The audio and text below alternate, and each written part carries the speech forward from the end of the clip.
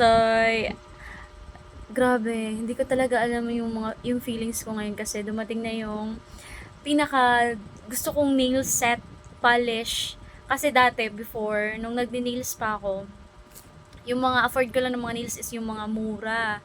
So ngayon dahil grabe, nag-ipon talaga ako dahil para ma-afford ko yung nail set na ito kasi ito talaga yung pinaka gustong gusto ko dati dahil hindi ko lang siya ma-afford kaya ngayon dahil pinag-ipunan ko talaga. Tsaka ipapakita ko na sa inyo, grabe, excited na ako. Tadan! Day! Ito na yung nail set na sabi ko sa inyo, Day. Grabe itong nail set na ito is nasa isipan ko lang. Sabi ko, soon, sana mabili ko to na set na ito. Actually, Day, hindi lang ito. Kundi, ito. Madami siya, Day.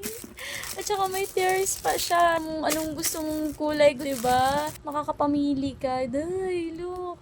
Ang ganda. Dati din hindi ko to talaga ma-afford.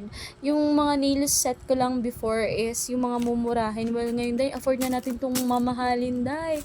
Actually, day, storytelling muna tayo. Before is nagdi-nails po talaga ako way back 2019.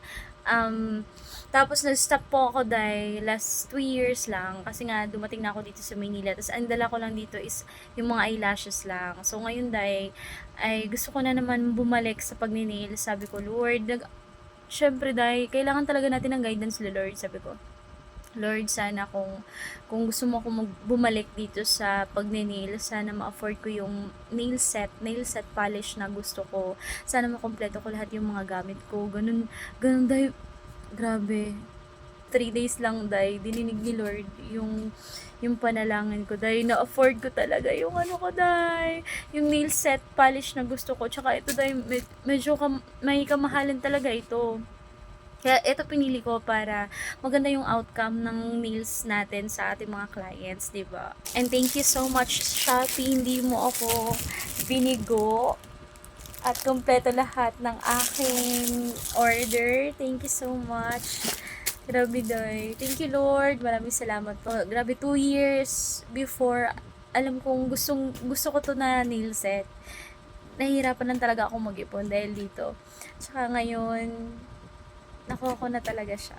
Ay, sana marami akong customer soon dito sa Taytay, 'di ba? And thank you po. Maraming salamat sa panonood. Thank you.